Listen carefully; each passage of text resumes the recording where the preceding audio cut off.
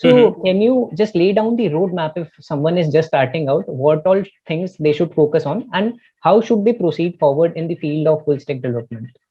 So see, everything starts with baby steps, right? Right. So what happens is when you hear terms like this is like coming out from a guy who has been into an Right. industry for like more than 6 years. He has worked on things. I've spent 6 years on just Right. doing this. But as a student, you might have got many commitments, right? So you have got college commitments, you have got examination commitments, you have got group commitments, you might have Right. got some relationship commitments as well, right? Spending Definitely. time here and Right. there, roaming on bikes, and then Mhm. having fun around. Okay, so you guys have got Right. a lot of commitments in your life, but as an employee, I just had got one commitment. So if Mhm. you're at a point or stage where you can just dedicate yourself into coding and programming, then definitely I'll just recommend you to take baby steps. Okay, Mhm. so start smaller. So what I'll start with is, if I start with programming, so my Mhm. questions to you would be, how good are you at programming? So do you Right. even understand like how programming works, how those smaller elements like array, stack, and data Right. structures, or Right. how to put up logics, how to select a coffee out of a coffee vending machine, or this is the things. But yes, let me give you an opinionated answer here. So if you really want to learn how to code, I would Right. recommend you to start with Python. Okay, Mhm. this is just to start, Right. just to Right. start.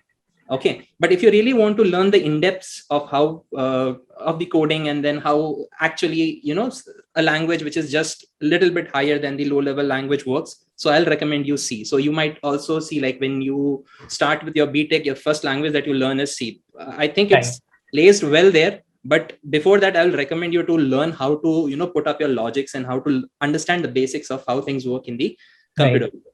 Okay, then post this, there are many aspects, like how to write a code. You can write like 1,000 lines of code, and then that could also be solved in like 20 lines. Okay, so there are many things around that. So something like design patterns, types of programming, how many types of programmings are there. So you might have learned structured programming, object oriented programming, and procedural programming, etc. Right. Right. Right, so all of these terms come along with programming. But if we just talk about the full stack, and as a beginner, okay, to boost your confidence, start Mhm. with W3 schools and learn the primary skills, which are HTML, CSS, and JavaScript. Right? Obviously. They're plainly available there. It's like a layman language. Anyone who even doesn't have that BTech or engineering background can also read it through and understand.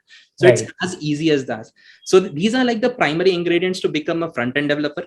And I'll let you know this thing as well. So there is no alternative to HTML, CSS, and JavaScript till date. All the other Definitely. applications that you see are built on these, and they are Right. there from like a couple of decades, not even years, couple of decades. And I'm not Definitely. seeing any early alternative coming up pretty soon. Mhm. Okay, so Right. I would recommend you to go with HTML, CSS, JavaScript from W3 schools. Start with Mhm. that, and then these languages, they are there, and they're going to stay there for Right. significant amount of time. So once you get grip on these, you'll at least be able to start developing something and seeing it on your screen. So this Mhm. boosts your confidence. Yes, you can do Right. something. Right. Right. Okay, and then moving on to the backend languages, they evolve with time. Right. Sometimes Python was pretty popular for developing Django based web Right. backends. It is still popular, but yeah, it depends on the community and how programmers are adapting, and how things are evolving, how the frameworks are evolving. So there are like a variety of frameworks available: Node.js, Python, Java, Go, and this list is long. I mean, All Rust. right. There are a couple of things coming up, right? Right. But Right. the fun fact that I would recommend is, learning JavaScript will actually help Mhm. you in Right. one way, that you can even write backend code using Node.js. Okay, Right. so which is automatically going to make you a front end and backend developer without having the language barrier, at least. Definitely. Right. Mhm. So this is about it. So start with HTML, CSS, and JS from the W3 schools, and then All move on. right. Right.